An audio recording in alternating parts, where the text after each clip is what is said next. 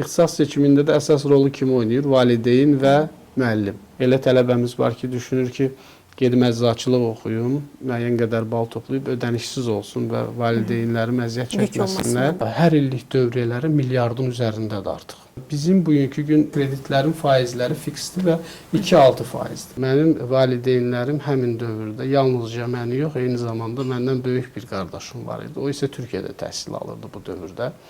Bildiyiniz kimi orada həmin dövrdə iki övladı eyni anda oxutmaq regionda yaşayan bir ailə üçün çox da rahat deyildi. Ümumiyyətlə, boşanmış ailələr bu sosial statusa aid edilir, yoxsa yox? O çox maraqlı sualdır. Əslində bizim bu sosial statusla bağlı sırf ailə tərkibinə baxılır da. Mən bu sualı əslində gözləyirdim. Təhsil müddəti boyunca tələbə heç bir geri ödəmə etmir, faiz hesablanması aparılmır. Və burada elə bildiyiniz kimi vəsait olduğu kimi qalır. Burada heç bir kalkulyasiya getmir. Təhsildə olur. Tamamilə doğrudur, təhsillə. Qonağımız Elm və Təhsil Nazirliyinin tabeliyində olan Təhsil Tələbə Krediti Fondunun İdarə Heyətinin sədri Bəhruz Əzimovdur. Xoş gəlmisiniz Bəhruz müəllim. Xoş gəldiniz xanım. Məmnun oldum sizin kimi bir şəxslə tanış olduğumuza. Çünki bu mövzu çox insanlar üçün maraqlı və faydalı olacaq, xüsusilə tələbələr və valideynlər üçün. Öncə istəyirəm buradan başlayım ki, mövzuya keçməzdən əvvəl tələbə çətinlikləri yəqin ki, sizə də tanışdı. Bilmək istəyirəm ki, bugünkü bu sistemin rəhbərliyində olan şəxsin öz tələbə həyatı necə keçibdir? Təşəkkür edirəm. Mənə də xoş oldu sizinlə tanış olmaq və bu verilişin qonağı olmaq.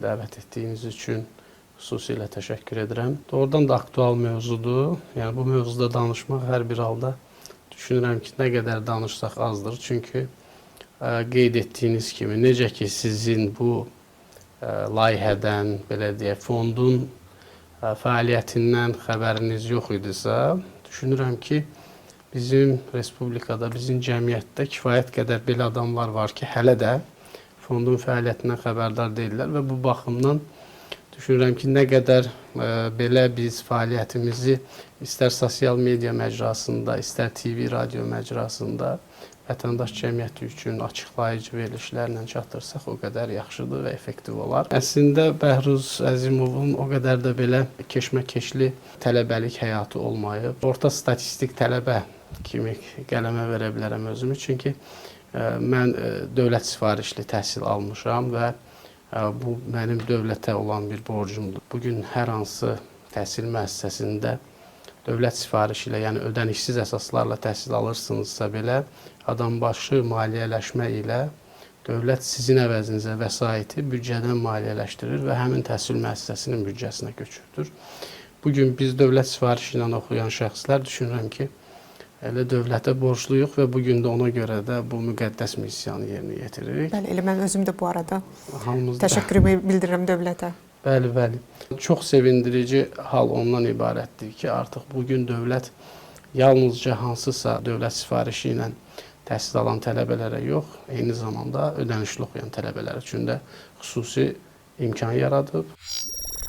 Mən 2004-2008-də bakalavr təhsilimi almışam və bu dövrdə yəqin ki, təhsil haqqından əlavə də qayğılarımız var idi, amma valideynlərimiz bu istiqamətdə bizə dəstək olurdular. Mən xatırlayıram ki, birinci kursda sırf mən valideyn dəstəyi ilə təhsil almışam. Yəni ki, həmin vəsait hesabına burada yaşamağım, yeməyim, transportun istifadəsi və yaxud da hansısa bir dərsliyin vəsaitin əldə olunması, bu kimi maliyyə mənə dəstəyi var. Kiraya qalırdınız burada? Birinci kursda yataqxanada qalmışam, sonraki kurslarda isə kiraya yaşamışam. Mənim valideynlərim həmin dövrdə yalnızca məni yox, eyni zamanda məndən böyük bir qardaşım var idi. O isə Türkiyədə təhsil alırdı bu dövrdə.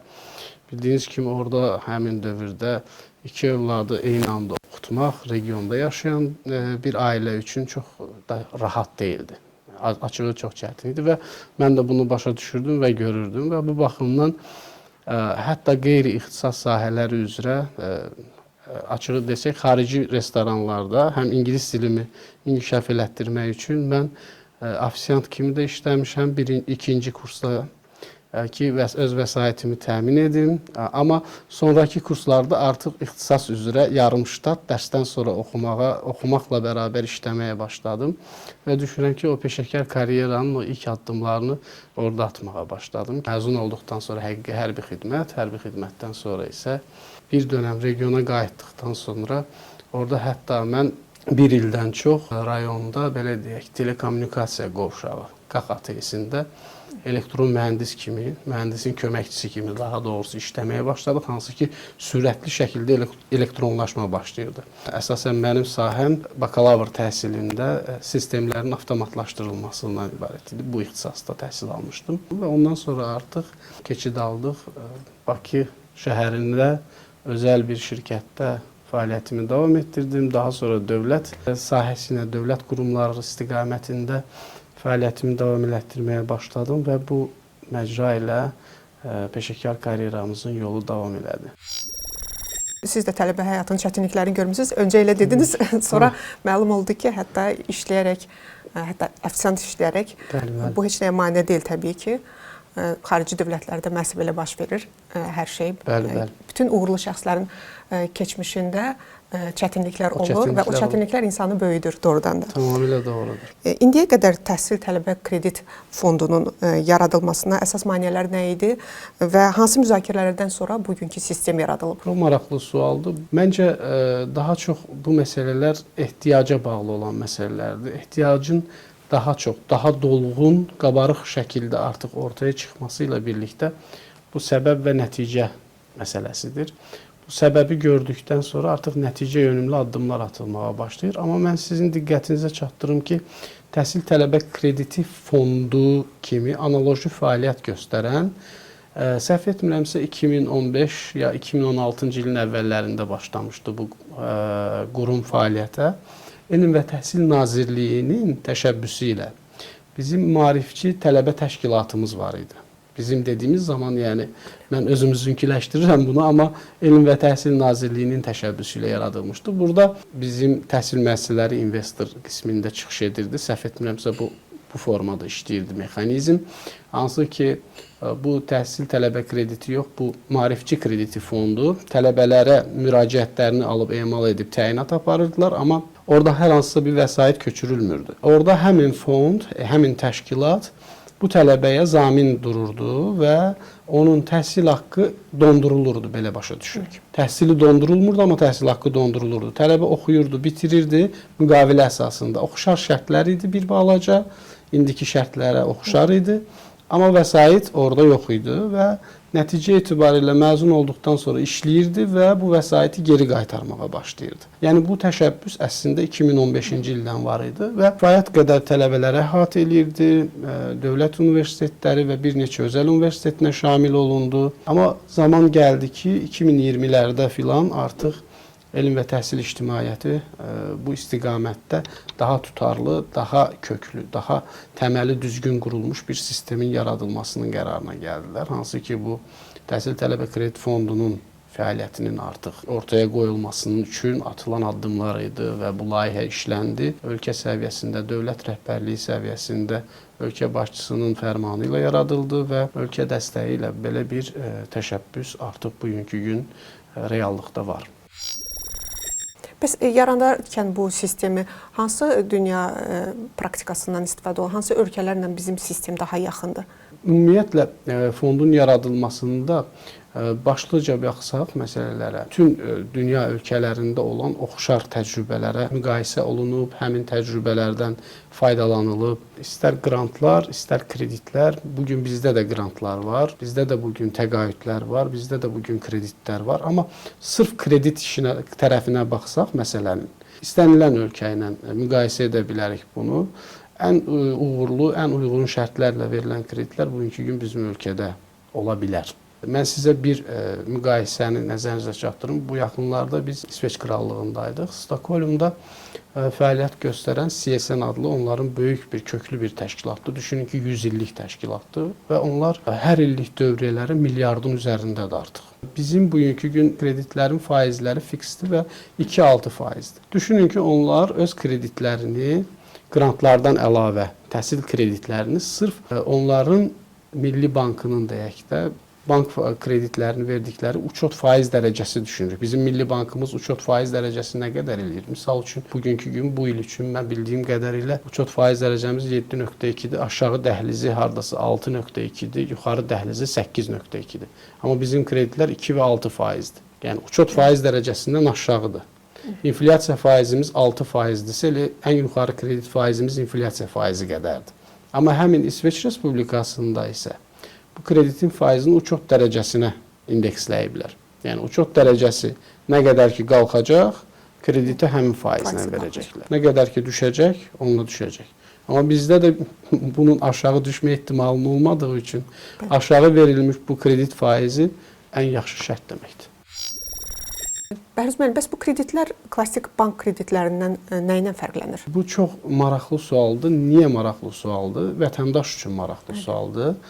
Çünki bugünkü gün bəlkə də hardasa cəmiyyətin böyük əksəriyyəti bizim kreditlərin hansı məcradan gəldiyi, dövlət vəsaiti olduğu, dövlət qayğısı olduğu, uyğun şərtləri, uzun müddəti və bunların böyük əksəriyyətindən xəbərdardır. Amma hər bir halda bu kredit anlayışı Azərbaycan Respublikasında bizim cəmiyyətin belə deyək, bir balaca bu kredit anlayışından qorxusu var. Yəni ki, bu da hardan qaynaqlanır? Təbiidir ki, yüksək faizli bank kreditləri bugün müqayisə etsək, yəni bank bir qədər öncə dedik uçot faiz dərəcəsi. Bu uçot faiz dərəcəsi nə deməkdir? Yenidən maliyyələşmək üçün Milli Bank, yəni mən bir qədər öncə açıqladığım faizlərlə hansı ki banklara vəsait ayırır. Banklar isə bundan daha yuxarı faiz dərəcəsi ilə istehlak kreditləri verir, mikro kreditlər verir, makro kreditlər verir. Onlar arasında təhsil kreditləri də var, mən bildiyim qədərilə. Təbii ki, təhsil krediti də var, bəli. Burada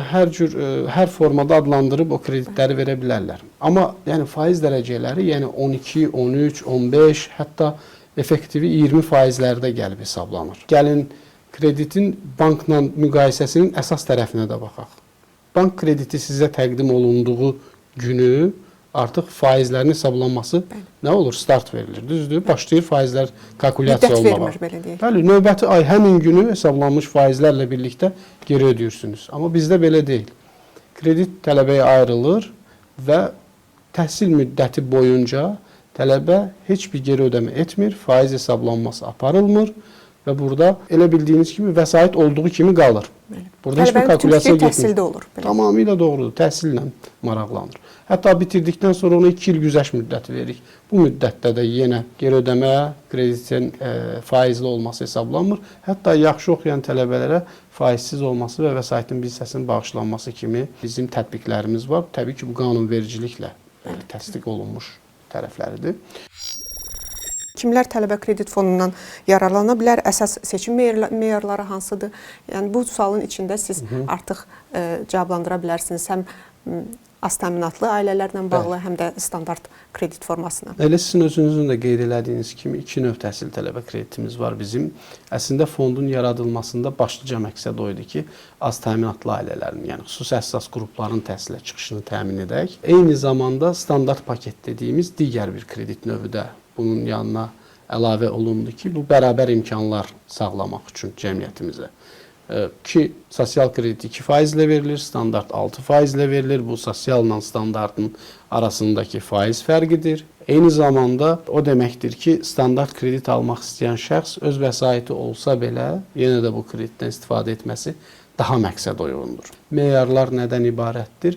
Sosial kredit üçün adından da məlum olduğu üçün qanunvericiliklə təsdiq olunmuş bir sıra sosial statuslarımız var ki, elektron sistem bunu avtomatik qaydada həyata keçirdir.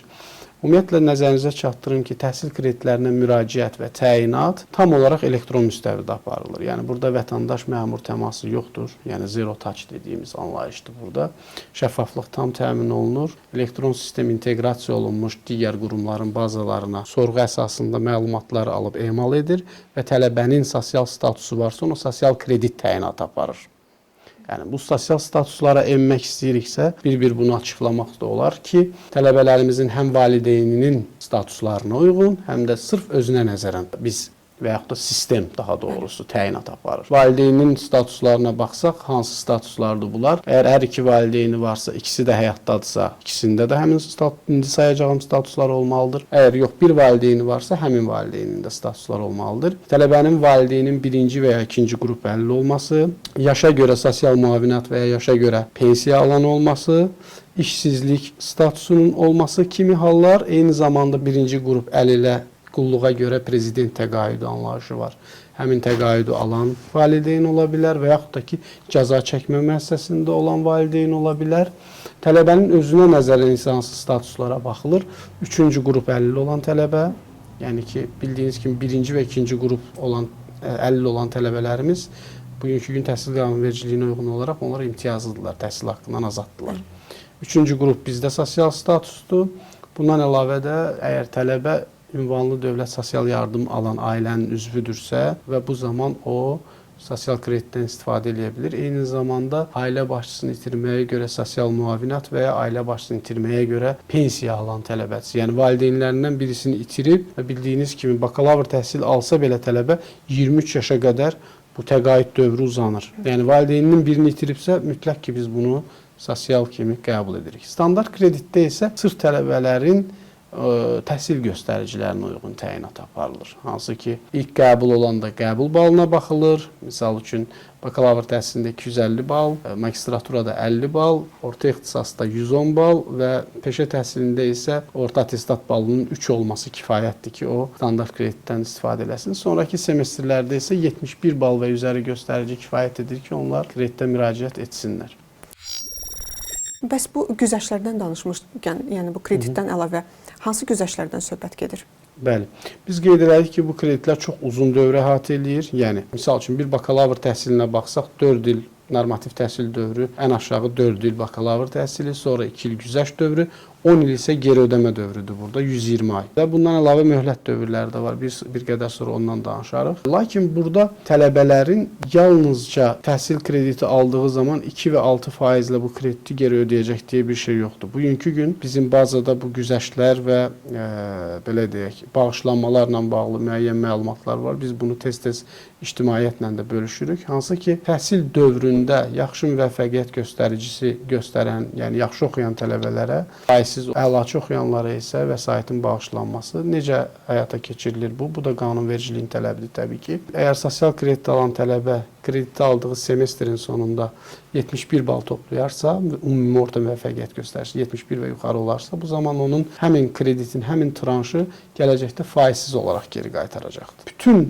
təhsil dövrü boyunca 91 plusla oxusa, yəni UMC balı 91 və daha yuxarı olarsa, bu o zaman əlaçı deyirik biz bu tələbələr. Təbii ki, onlar aldığı vəsaiti həm faizsiz şəkildə, həm də bütün vəsaitin 50% silinir onlarda. Standart kreditdə isə 91 bal hər semestr üçün topladığı təqdirdə o semestr faizsiz olur. Yenə overall baxsaq, bütün təhsil dövrü 91 plus olarsa, o zaman aldığı kreditin 25% bağışlanır. Yəni düşünün ki, əgər bir tələbəmiz 4 il ərzində 10.000 kredit alıbsa bizdən, 10.000 kreditin müqabilində əlaçı tələbə, sosial oxuyan tələbə 5.000 manat qaytaracaq, standart oxuyan isə 7.500 manat geri qaytaracaq. Dövlət həm bu uzun müddətdə kreditin geri qaytarılmasını gözləyir. Bu dövrdə düşünün ki, vəsait nə qədər inflyasiyaya uğrayır. Onun bir hissəsini bağışlaya bilər. Minimum 6 il, bakalavr təhsil alan tələbədə minimum 6 il biz geri ödəniş istəmirik. Faizə hesablanma getmir, sonra da faizsiz olur və bu əlaçılarda isə bağışlanır. Yəni buna görə deyirik ki, bu Elm və Təhsil Nazirliyinin tabeliyində yaradılan bu qurum dövlət qurumudur və qeyri-kommersiya təşkilatıyıq. Biz qeyri-kommersiya fonduyuq. Gəlir və mənfəət düşüncəsi yoxdur ki, bu buradan bəlli olur ki, vəsaitlər uzun müddətdə geri dönüşü təmin olunur və bu qədər inflyasiya yoxdur. Bu geri ödəmələrdən danışsaq bir də, bu proses təxminən izah elədiniz necə tənzimlənir, hansı müddətə? Bəs tələbənin işlə təmin olunması prosesinə dəstək varmı? Var. Təşəbbüs ki, irəli sürüldü, fond yaradıldı. Fond yarandıqdan sonra 2021-ci ildə fəaliyyətə başladı bildiyiniz kimi, 21-ci ilin sonlarında. Biz 23-cü ildə belə bir təşəbbüslə çıxış elədik ki, bəs bizim struktur bölməmizə, yəni daha doğrusu bizim fondun strukturuna belə bir yeni şöbə əlavə edək ki, bu mexanizmin daha yaxşı işləməsi üçün hansı ki tələbələr bizdən kredit alır, sonra məzun olur, əmək bazarına inteqrasiya olur və ya olmur, bu hissəsində biz yoxuq əslində, hansı ki bu bizim mandatımız deyildi. Burada da bir sıra çətinlikləri biz görürdük və bu baxımdan öz strukturumuza yeni bir şöbə əlavə etməklə bağlı bizim təşəbbüsümüz oldu. Və qeyd edim ki, işə götürənlərlə iş və innovativ layihələr şöbəsini əlavə etdik və bugünkü gün bu şöbəmiz düşünürəm ki, çox uğurlu fəaliyyət göstərir. Burada yalnızca tələbənin iş tapmasına dəstək məsələsi deyil. Ən əsas məsələ ondan ibarətdir ki, bax bu tələbələrin, hansı ki bu ehtiyacı olan tələbələrin, biliyə ehtiyacı olan tələbələrin tapılması ki, geri ödəmədə problem yaradan, eyni zamanda məzun olub iş tapa bilməyən tələbələr, bizim elanlarımızla bizə gələn və yaxud da bizim tapdığımız tələbələrin bilik və bacarığının artırılması, onların təlim və təcrübəyə qoşulması ilə ki, əmək bazarına bugünkü real tələblərə uyğun formada bacarıqlarının hazırlanması ki, əmək bazarına inteqrasiya oluna bilsin. Bu təbiidir ki, təlim və təcrübə proqramlarını biz necə həyata keçirdirik? Fond bugünə qədər 20-dən çox özəl təşkilatla belə əməkdaşlıq edir. Eyni zamanda təhsil müəssisələri ilə əməkdaşlıq edirik. Eyni zamanda dövlət qurumları var ki, əməkdaşlıq edirik. Bu nə deməkdir? Və bu əməkdaşlıqların hesabına onların təlim və təcrübə proqramları birgə təşəbbüslərlə bu tələbələri çalışırıq ki, əmək bazarına hazırlayaq. Onlar həm bu tələbələrlə tanış olurlar, həm onların təlim nəticəsində bilik bacarığı artır, təcrübədə bu kompetensiya dediyimiz anlayış, bacarıq dediyimiz, bir var bilik, bir də var bacarıq. Onlar bacarıq qazanırlar artıq və bunun nəticəsində də işlə təmin olur ki, onu qeyd edeyim ki, bugünə qədər 1500-dən çox təlimə cəlb olunan tələbəmiz var. 1500-dən çox təcrübəyə göndərdiyimiz tələbəmiz var. Eyni zamanda 400 ətrafında tələbənin də işlə təmin olunmasına vasitəçi rol oynamışıq ki, bu bəlkə də böyük bir rəqəm kimi görünməyə bilər. İzlənməsi də çox çətindir bu prosesin. Bu prosesin izlənməsi çox çətindir. Bunun idarə olunması da çox çətindir. Əslində bunun da gələcəkdə bir modul olaraq avtomatlaşdırılması lazımdır. Tələbə krediti fondu ilə bu əməkdaşlıq etdiyimiz qurumların sırf bu əmək bazarı ilə bağlı olan hissəsi, vakansiya bazasının bölüşdürülməsi, tələbə məlumatının mübadilə olunması onlarla birlikdə və bu hissənin avtomatlaşdırılması və daha effektiv idarə edilməsi məncə vacibdir gələcəkdə. Fondun fəaliyyəti ilə bağlı ən çox rast gəldiyiniz tələbələrin yanlış gözləntiləri hansılardır? Belə deyək, tələbələr müraciət edərkən hansı mərhələlərdə çətinliklər çəkirlər? Bu arada istəyərdim ki, müraciətlərin statistikasından da toxunasınız. Bu çətinliklər ən çox təzə başladığımız dövrlərdə idi. İndi deyəcəyim çətinliklər, hansı ki, tələbələr misal üçün əyani və ödənişsiz dövlət sifarişi ilə oxuyurdu. Bir çox tələbə müraciət etmək istəyirdi və zəng edirdi ki, bu tələbə krediti bizə də düşürmü? Bizə də bu kreditdən ayırın. Bəzi tələbələr elə bilirik ki, bu vəsait birbaşa tələbəyə təqdim olunur. Şəxsi istifadəsi üçün. Bəli, bir şəxsi istifadəsi üçün. Eyni zamanda ödənişli oxuyan tələbələr belə ödəniş haqqını almaq istəyir, lakin bunu keş şəkildə istəyirdi ki, bəlkə bunu başqa bir istiqamətə istifadə edəcək. Bu da bizim üçün bir sual idi. Amma nəticə etibarilə, yəni bu çətinliklər artıq demək olar ki, 95% aradan qalxıb. Çünki artıq məlumatlıdır cəmiyyət ki, təhsil tələbə kreditinə müraciət, təyinat və vəsaitin köçürülməsi tam elektrondur. Yəni bugün mən kredit alıramsa, vəsaiti mənə yox, birbaşa müəssisəyə köçürülür fond tərəfindən. Çətinlik tərəfləri buydu. Bir də kredit anlayışının cəmiyyətə bir qədər öncə dediyim kimi qəbul olundurulması. Yəni bu təbliğat və təşviqat, eyni zamanda bu maarifləndirmə işlərini biz daha çox sürətləndirmişdik. İlk dönəmlərdəki həm regionlarda biz bunu həyata keçirdirdik, həm də şəhərlərimizdə, eyni zamanda təbii ki, Bakı şəhərində, ali təhsil müəssisələrində, orta ixtisas təhsil müəssisələrində, peşə təhsil müəssisələrində əlavə olaraq bir də orta ixtisas ümumi orta məktəblərdə. Bu niyə vacib idi? Abituriyentlərlə görüşürdük ki, həm müəllim özünüz bildiyiniz kimi eyni zamanda repetitordur. Orta məktəbdə abituriyent və onların valideynləri. Çünki bunlar gələcəkdə artıq ali təhsilin astanasındadırlar. İxtisas seçimində də əsas rolu kim oynayır? Valideyn və müəllim. Və bunların hamısı bu şərtləri, bu kredit anlayışını tam dolğun başa düşməli idi ki, bu tələbə gəlib imtahandan sonra ixtisas seçimi edəndə sevdiyi ixtisası seçə bilsin, ödənişli təhsildən qorxmasın, loru dildə desək. Və bu anlayışlar bizim üçün çətinlik bunlardan ibarət idi. Sualınızın ikinci hissəsi isə ondan ibarət idi ki, statistika məsələsi. Bu çətinliklər əslində statistikanı da təsir edən, bəli. Və bunların korrelyasiyası aşağı-yuxarı indi. Yəni dəyişən asılı olmayan dəyişəndir, amma asılı olan dəyişən ki, kreditin rəsmiləşməsi təsiri belədir. O kateqorik dəyişənlər hansı ki, maarifləndirmə çoxaldıqca müraciət çoxalır. Yəni insanlar başa düşdükcə ki, bu kredit uyğun şərtlərlə verilir və bundan istifadə etmək həm iqtisadi cəhətdən faydalıdır, həm də ki, ümumiyyətlə ödənişli və ödənişsiz arasında seçim etməklə bağlı da faydalıdır ki, daha yaxşı ixtisasda oxumaq, bəlkə də daha yaxşı universitetdə oxumağı da seçirlər bu gün tələbələrimiz. Təkcə ixtisas məsələsi deyil. Misal üçün, baxın, elə tələbəmiz var ki, düşünür ki, gedim əczaçılıq oxuyum, müəyyən qədər bal toplayıb ödənişsiz olsun və valideynlərim əziyyət çəkməsinlər. Amma elə tələbə var ki, bugün artıq teyir yox, gedəcəyim tibb oxuyacağam, çünki vəsaitimi dövlət verir, gələcəkdə də işləyib qaytaracağam. Bu təkcə tibbdə deyil, təbii ki, mühəndislik də ola bilər burada və digər ixtisaslar da ola bilər.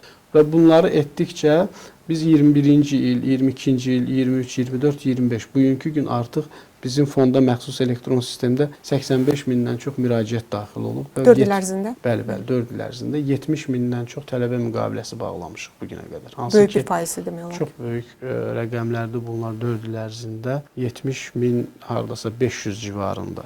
Bunu rəqəmə, məbləğə çevirsək? Məbləğə çevirsək bu 64,3 milyon manat vəsait demək. Çox böyük bir vəsait, çox böyük müqavilə hovuzu var burada. Eyni zamanda bu artan dinamikaya da baxsaq, misal üçün, əgər 21-22 tədris ilində biz cəmi 6 min təhsil tələbə krediti müqaviləsi bağlamışdıqsa, sonraki illərdə 22-23-də 12 min, sonrakilərdə daha çox belə-belə. Hər il 2 dəfə artır müraciətlər.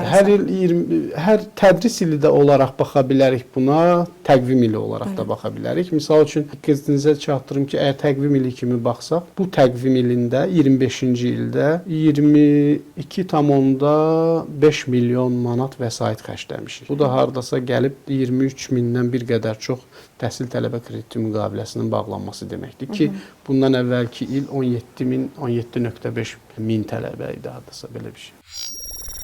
Müraciətlərin rədd edilməsindən danışaq, müraciətlərdən danışdıq. Hansı səbəblərlə bağlı olur və kredit verməkdən imtina etməyə məcbur qaldığınız, yəni istəyirsiniz vermək, amma məcbursunuz bunu eləmək. O situasiyalar hansıdır və şəxsi təcrübədə ən çox, yəni həm vətəndaş kimi, həm də insan kimi sizi üzən səbəb olubmu ki, tutaq ki, bu tələbəyə kaş ki verilərdi, amma bu səbəbdən alınmayıb. O hadisəni xatırlayırsınızmı və yaxud hadisələri? Mütləq ki, belə hadisələr çox olur. Gəlin sualın birinci hissəsindən başlayaq. Bu təbiidir ki, qanunvericiliklə baxmalıyıq məsələyə təbii ki. Və biz qeyd elədik ki, elektron sistem yəni bütün prosesi əhatə edir.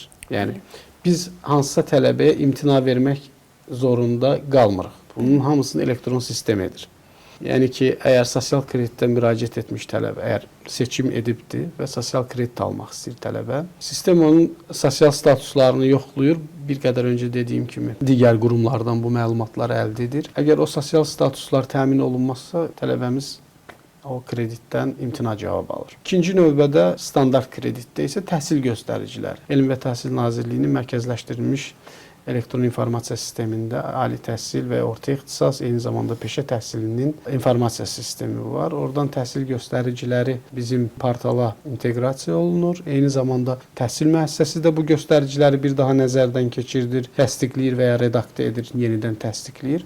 Bu zaman təhsil göstəriciləri standart kreditə uyğun gəlməsə, sistem standart kreditdən imtina verir. Misal üçün, qəbul balı 250-dən aşağıdır, bakalavr təhsilində kredit ala bilməyəcək birinci semestrdə. Sonraki semestrlərdə 71 baldan aşağıdırsa standart kredit ala bilməyəcək. Amma hər iki kredit üçün də oxşar yox, eyni tələb ondan ibarətdir ki, həm sosial, həm standart kreditə müraciət edən tələbənin əvvəlki semestrə kəsiri olmamalıdır, yəni akademik borcu olmamalıdır. Yəni biz burada bunu nəyə görə bu formada, biz yox, daha doğrusu bu layihəni ərsəyə gətirən, bunu işləyən, bu qanunvericiliyi hazırlayan komanda niyə bunu bu formada eləyib ki, həm təhsilin keyfiyyətinə də müəyyən mənada təşviq edirik ki, yaxşı oxusun tələbə. Hər semestr öz məsuliyyətini saxlasın, hər semestr kəsiri olmasın ki, növbəti dəfə də bizdən kredit ala bilsin. Əks halda tələbədə bu rahatlıq da yarada bilir. Və bu baxımdan düşünürük ki, həm də təhsilin keyfiyyətinə təsir edir, təhsil qiymətlərini stimullaşdırır. Bax bu amil. Hansı hallarda biz pis oluruq, loro dildə desək, müəyyən hallarda olur ki, biz universitetlərdə və ya təhsil müəssisələri də ümumiyyətlə görüşlərdə bəzən tələbələr birbaşa və ya orada müraciət edirdilər və yaxud da bizə birbaşa kanallarla yazır. Misal üçün, elektron sənəd dövrəsi üzərindən birbaşa məktub daxil olur və yaxud da ki, fonda məxsus sosial media hesablarından direktə yazır və s. və ilaxır. Müxtəlif kanallardan ki, bu semestr mənim oxumaq üçün imkanlarım olmadı və yaxud da ki, hansısa bu və ya digər səbəbdən ola bilər. Bu ki, bir də görürsünüz ki, xanım tələbədir. Mən bu кейsi görmüşəm, ona görə istədim diqqətinizə çatdırım. Xanım tələbədir, övladı var, tək yaşayır. Övladının xəstəliyi ilə bağlı müəyyən bir dövrdə, semestrdə dərslərə qatıla bilməyib, təhsil kreditlərini tam ödəyə bilməyib, təhsil tələbə krediti yox, təhsil kreditlərini və imtahandan kəsilməsi kimi hallar baş veribdir və bu zaman növbəti semestr kreditə müraciət edə bilmir. Bu əslində çox belə çətin bir məqamdır. Qanunvericilik tərəfdən əvvəlki semestrdə akademik borcu yaranıb, amma bu tərəfdən isə insani olaraq baxsaq, müəyyən əllə tutulur bir səbəbi var insanın. Yəni, sadəcə bu bir səbəb. Üzr istəyirəm, burada elə siz açdığınız bu keysdə, heç mən bilmirdim, bu keysi açarkən bu sual yarandı. Ümumiyyətlə, boşanmış ailələr bu sosial statusa aid edilir, yoxsa yox? O çox maraqlı sualdır. Əslində bizim bu sosial statusla bağlı sırf ailə tərkibinə baxılır da. Mən bu sualı əslində gözləyirdim. Baxın, bu sualda bizim Azərbaycan Respublikasında az təminatlı ailə anlayışı harda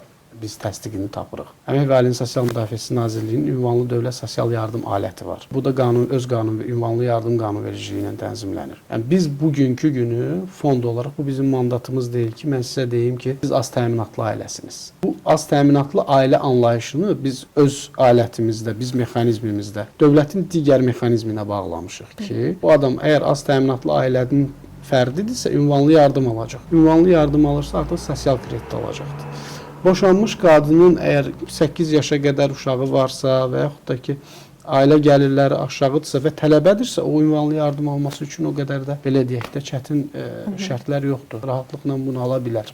Bəs ola bilər ki, tutaq ki, müraciət edərkən, oxumağa başlayarkən ailə bütöv idi, gedişatda, yəni ailə daxili məsələlər səbəbindən ayrılıq oldu, sonradan aldı o statusu. Yəni sonradan müraciət edib təsir, qərar dəyişir. Təbii ki, təbii ki. Kreditdən yararlanan tələbələr arasında sizə ən çox təsirləndirən, bəlkə də biraz kövrəldən həyat hekayələri hansılardır? Açığı, belə hekayələr çoxdur, olduqca çoxdur. Əgər tələbə ilə bağlı ağır bir xəstəlik və yaxud da taley yüklü bir məsələ olarsa, insan dili çönmür deməyə, başına bir faciə bir gələrsə, bu halda borcu kim ödəyir? Elə bu maarifləndirmə işinin əsas məqsədlərindən birisi də ondan ibarətdir ki, burada valideyn heç bir məsuliyyət daşımır da. Təhsil haqqı xərci üçün valideyni tələbəmizə vəsaiti təqdim edir, ayırıb, özü ödəmir, tələbəyə verir ki, sən apar bu vəsaiti müəssisəyə təqdim et. Bu valideyn və tələbə arasında olan bu münasibətdir. Təbii ki, bu ailə fərdlərinin arasında olan münasibət. Bu bizim üçün hər hansı bir səbəb deyil. Yəni, insanların keçmişdə etdiyi yanlışa görə bugünkü gün hansısa bir təyinatı məhdudlaşdırmaq, mən özlüyümdə düşünürəm ki, bu düzgün yanaşma deyil və ən azından islah olub ki, o oxumaq istəyir. Təbii ki, təbii ki. Yəni, biz bunu qazanmalıyıq. Universitet mənfi rəy yazarsa, məsəl üçün bununla bağlı. Bu, institusional olaraq bu məsələ tələbə və müəssisənin arasında bağlanmış müqavilə, o ona təhsil haqqı müqabilində tədris verir, tədris planını icra edir. Yenə də deyirəm, bugünkü gün əgər mənə zəng eləyib hansısa bir vətəndaş belə desə ki, övladım kredit ala bilmədi, imtina düşdü, mən bu adama kömək edə bilmirəm.